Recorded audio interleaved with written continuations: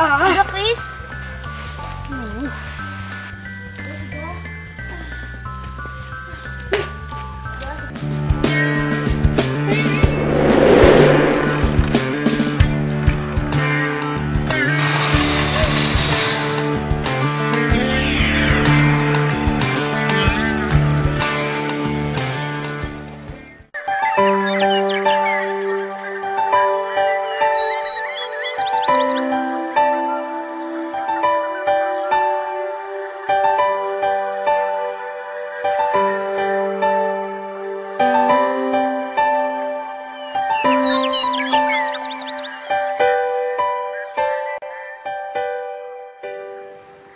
Assalamualaikum warahmatullahi wabarakatuh. Waalaikumsalam warahmatullahi wabarakatuh. Nah, alhamdulillahirabbil alamin, senang sekali pastinya Bang Hafiz bisa ketemu lagi dengan pemirsa TVE, khususnya anak-anak yang ada di rumah dan juga penonton yang ada di studio. Iya, seperti biasa kita kembali dalam acara Taman Hati. Indah sekali. Oke. Iya, alhamdulillah senang banget. Pastinya kita sekarang dengan penonton yang sangat semangat, sangat ceria sekali. Gimana kabarnya? Alhamdulillah luar biasa. Allahu Akbar. Waduh, penontonnya kayak mau jihad. Iya, ini dari mana? SMP. Wah, ternyata alhamdulillah penonton kita sudah kedatangan bintang tamu, yaitu ada Memet di sini ya. Ya pemirsa, kita akan lanjutkan. Pokoknya pemirsa di rumah siapkan bukunya, siapkan pensilnya, siapkan pulpennya. Karena sesaat lagi kita akan mulai belajar dengan narasumber kita. Beliau adalah Ustadz Abu Sangkan. Assalamualaikum Ustadz. Waalaikumsalam warahmatullahi wabarakatuh. Iya, makin hari kita makin semangat banget Ustadz ya. Dengan penonton yang semakin semangat pula. Iya. Iya, episode kali ini nih Ustadz, kita sesuai banget dengan penonton yang hadir di sini sekarang sudah mulai tenang. Nah, sholat membuat tenang. Itu bagaimana Ustaz? Bisa dijelaskan kepada pemirsa anak-anak yang ada di rumah ataupun yang ada di studio? Ya, barangkali adik-adik sekalian sering lihat orang sholat ya. Sering kali keburu-buru, lari-lari, dan takbir pun cepat-cepat. Wudhunya pun jadi bagaimana itu bisa membuat tenang, sedang memulainya sudah tidak tenang. Makanya di dalam sholat itu selalu diwajibkan atau disarankan dengan berdiri tumakninah. Tumakninah itu artinya berdiri tenang, santai, rileks. Nah, proses di dalam sholat itu menciptakan orang itu menjadi nyaman. Jadi kalau orang yang berdiri ikhlas, ini berdiri ikhlas, orang rela itu tubuhnya pasti tenang. Nah, ya nggak? Nih, ini orang tegang pasti duduknya begini semua nih. Ya kan? Ini tulang-tulangnya nggak pada tempatnya. Jadi tulang-tulangnya itu misah. Jadi tarik-tarikan atau tegang, ya kan?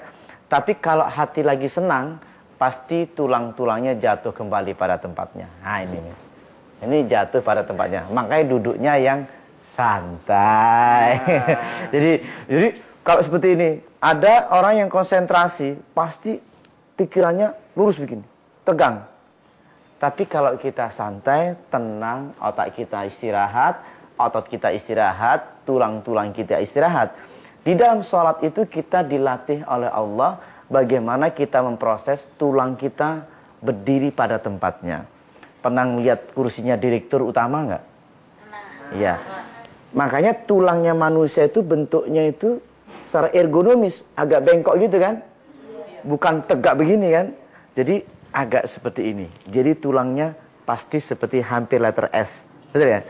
Nah, inilah tulang pada tempatnya. Rasulullah itu ketika ruku, kana idza rafa'a ra'sahu minar rukui intasaba qa'iman hatta yakulan nas qad nasya. Beliau itu habis ruku dia berdiri, lalu dia berdiri tenang sekali seolah-olah dia dikira lupa. Dan ketika Rasulullah ruku, fa idza raka'ta fadha rahataika ala rukbataika thumma farid asabi'aka Tsumamkus hatta ya'khudha kulla 'udwin ma'khadhahu. Beliau itu kalau rukuknya lurus sekali, kata beliau, kalau engkau rukuk, letakkan tanganmu di lututmu, lalu buka jemarimu, lalu diam sejenak. Sehingga tulang-tulang kalian kembali kepada tempatnya sampai tenang. Tumaknina. Hatta tatma'inna raki'an. Sehingga betul sampai kalian tenang. Nah, kita kan enggak Allahu Akbar ruku, sami Allahu liman hamidah. Jadi kita tidak pernah terlatih bagaimana latihan menenangkan diri melalui sholat. Sebab kalau sudah tenang, latihannya tenang, ya kan? Dalam kondisi ujian kita tegang sekali, ya kan? Kita sampai bernafas. Semakin tidak tenang, semakin bubar, kan gitu. Semakin tidak tenang, semakin kacau, betul nggak? Apa keinginan kalian di saat tegang menghadapi ujian? Menenangkan diri. Caranya bagaimana? Terserah, coba. Jawabannya apa kira-kira? Tarik nafas. Apa lagi? Relax. Semakin bingung kan gitu. Ada caranya dari Allah Subhanahu wa taala. Ala bidzikrillahi tatma'innul qulub. Hanya dengan zikir, sebut nama Allah, hati kalian pasti tenang. Nah itulah, kira-kira barangkali nanti kita akan praktekkan nanti bagaimana sih sampai menenangkan hati kita, tubuh kita, sehingga otak kita tidak kacau. Itulah, Penghafiz nanti kita lebih jelas. Itu tadi awalan yang lumayan Ustadz, sebagai mukodimah, sebagai pembukaan. Tapi buat pemirsa TV, khususnya buat anak-anak, jangan kemana-mana, tetap di Taman Hati. Indah sekali.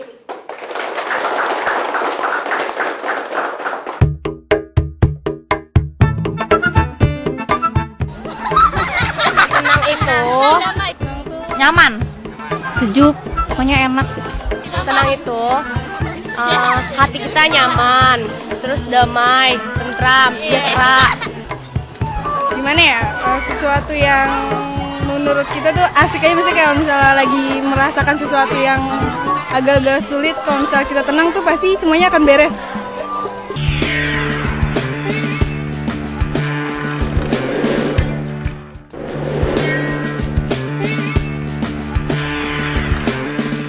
Iya, balik lagi masih bersama saya Hafiz dan juga Ustadz Abu Sangkan. Pastinya masih di Taman Hati. Indah sekali. Iya, ayo semangat, semangat, semangat. Yang namanya belajar harus semangat biar ilmunya cepat masuk ya. Oke lah Ustadz, bisa dilanjutkan kembali tema kita hari ini?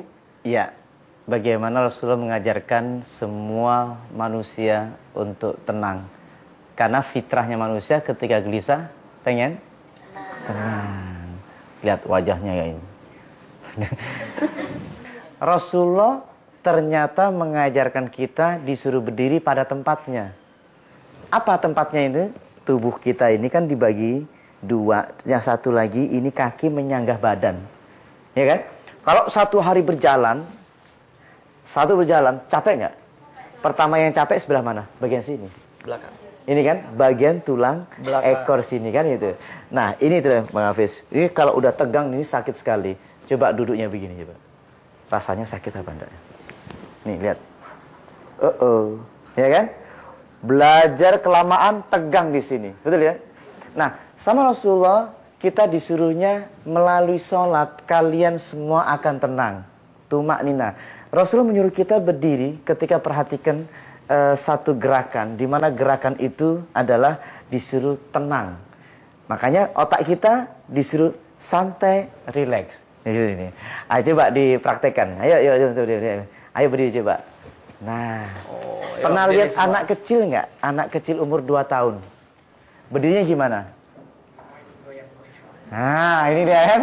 Nah, berdiri anak kecil. Nah, berdiri anak kecil. Pernah lihat orang main layangan? Kalian pernah main layangan? Pasti pas main layangan pasti gini. Iya kan? Kendor nggak? Pasti gini kan? Gulung benang. Pasti lebih kuat. Orang yang tubuhnya kendor, tubuhnya rileks, maka tubuhnya lebih kuat. Maka Rasulullah menyuruh kita untuk berdiri rileks. Semakin hebat lagi ketika tulangnya orang yang tunduk kepada Allah. Coba, hatimu tunduk pada Allah.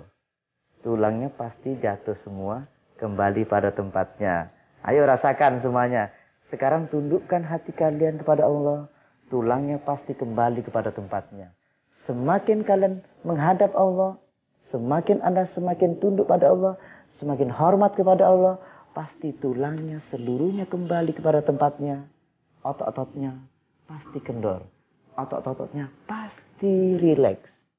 Ya Bilal, arihna bisolati. Rasulullah bersabda seperti itu. Wahai Bilal, jadikan sholat itu istirahat kalian. Sekarang kita latihan berdiri istirahat total. Yang paling istirahat adalah yang paling tunduk kepada Allah Subhanahu wa taala. Semakin rasakan, hadirlah di hadapan Allah, berhadapan-hadapan. Wa'budullah ka'annaka tarah, fa in lam takun tarah fa innahu yarak. Beribadah kepada Allah seolah-olah kalian mampu melihat Allah. Apabila kalian tidak mampu melihatnya, sesungguhnya Allah melihat kalian. Rasakan. Tundukkan dalam-dalam. Sampai kendor hatimu. Sampai rileks hatimu. Terus rasakan. Sampai rasakan terus. Sekarang. Baru takbirlah. Pelan-pelan. Angkat tanganmu. Rasakan pelan-pelan. Engkau mengangkat takbir. Di hadapan Allah Subhanahu wa ta'ala. Allahu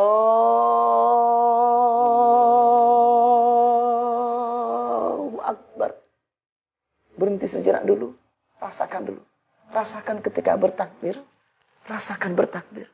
Bahwa engkau menghadap Allah. Rasakan terus. Tunduk pada Allah. Tunduk pada Allah. Rasakan. Lalu. Taruhlah tanganmu bersedekap di dadamu. Rasakan. Lalu. Rasakan bahwa engkau berhadapan kepada yang maha melihat. Sampai kalian tenang. Hadapkan wajahmu. Hadapkan hatimu, tunduk dalam-dalam. Engkau membacakan surah Al-Fatihah di depan Allah. Di depan Sang Pencipta kalian. Lalu, jangan main-main hatimu. Allah melihat hatimu. Allah melihat hatimu. Sungguh-sungguh atau tidak engkau menghadapku, kata Allah. Ulkuruni azkurukum. Kalau engkau ingat aku pasti akan ingat kalian. Dan apabila engkau ingat aku, ala bidzikrillahi tatma'innul qulub, maka hati kalian pasti tenang. Rasakan. Rasakan sampai kalian tenang. Sampai kalian tenang. Rasakan. Baik. Selesai. Alhamdulillah. Bagaimana? Alhamdulillah.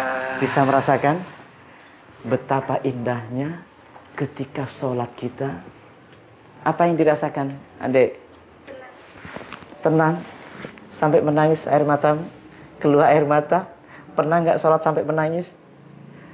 Inilah terasa kalau kalian ada hubungan batin dekat dengan Allah. Rasanya nangis bukan sedih, tapi terharu. Ya kan? Terharu. Wa mimman hadaina wajtabaina idza tutla alaihim ayatur rahman kharru sujada wa bukiya.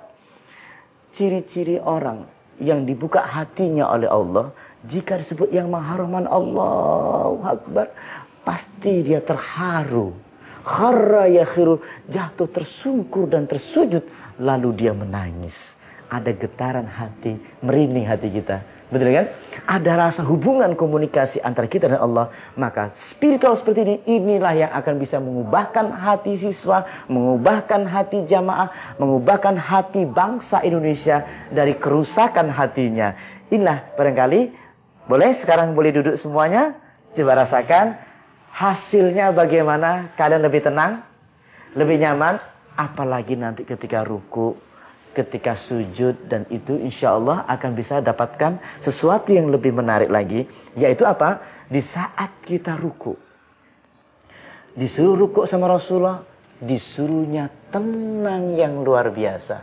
Tangan ditaruh di lutut. Lalu letakkan sejenak, lalu diamlah, kata Rasulullah. Tsumamkuth, lalu diam sejenak, hatta, sehingga tulang-tulangmu kembali kepada tempatnya. Istirahat. Rasulullah digambarkan ketika rukuknya, beliau itu lurus. Sehingga seandainya ditaruh gelas di atas dengan airnya, dia tidak tumpah. Betul nggak? Nah, Betapa sempurnanya beliau ketika ruku. Efek yang terasa sekarang, otot bagian belakang, tendon otot ini ternyata ketarik. Ketika ketarik, apa yang terasa? Ternyata ketika ditarik, maka jalan darah kita akan lancar pula. Di saat kita sujud, ternyata posisi kepala ada di bawah. Dan ketika kepala di bawah, jantung kita memompa darah kita, mengalir melalui otot, ya kan? Vena cava superior melalui arteri sampai di otak kita. Dan otak kita pasti terisi oksigen. Orang yang terisi oksigen, pastilah dia lebih kuat dan sehat. Betul nggak? Iya, itu tadi sudah dipraktekkan. Dan satu pertanyaan dari saya, Ustadz. Ya. Tadi Ustadz bilang bahwa Rasul menyuruh kita untuk sholat ketika kita dalam keadaan tidak tenang. Mungkin pemirsa di rumah pengen tahu deh, pengen tanya sama Ustadz, kira-kira sholat apa yang paling tepat untuk kita dalam keadaan tidak tenang? Betul nggak, Dek-adik? Pengen tahu kan? Sholat apa? Nah itu. Mungkin singkat. Sholat apa saja menenangkan.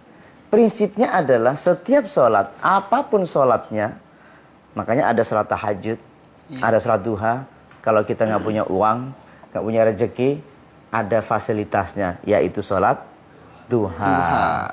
Ketika pengen sehat, pengen cerdas, otak makin tenang, sholat tahajud. Nah itu lagi ada banyak sekali. Sholat apa saja Ustaz yang penting bisa menenangkan hati kita. Baiklah pemirsa TVI khususnya buat anak-anak, tetap saksikan acara kita Taman Hati. Indah sekali.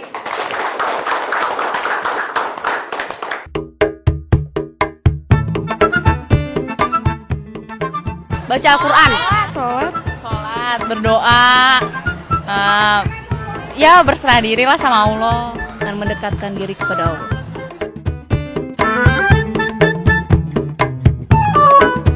biasanya sih kalau misalnya itu masalah keluarga kali. Patah hati. Sedang menghadapi masalah yang di dalam hati. Terus juga kayak mau ujian gitu, pasti kan rasanya gelisah banget deh ini gimana. Jelas punya dosa. Masalah sama teman juga bisa. Masalahnya bukan masalah fisik tapi masalah hati. Pasti nggak bisa konsen terhadap apapun.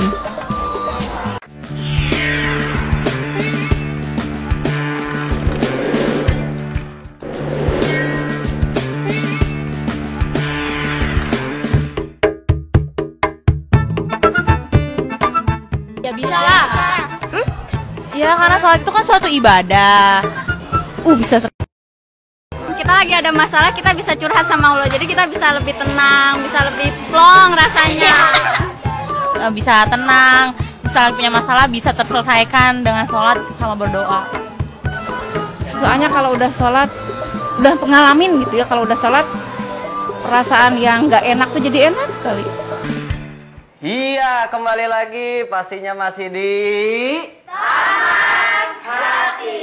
Indah sekali. Iya, kompak. Ya, Ustaz dilanjutkan kembali praktiknya seperti apa? Tadi yang saya sebutkan, sholat itu di samping tenang, berarti ditenangkan otaknya. Otak ini kalau tidak punya oksigennya, orang menjadi bengong gini. Gampang sakit jiwa. Gitu loh. Jadi makanya kenapa sering ada kesurupan di sekolah?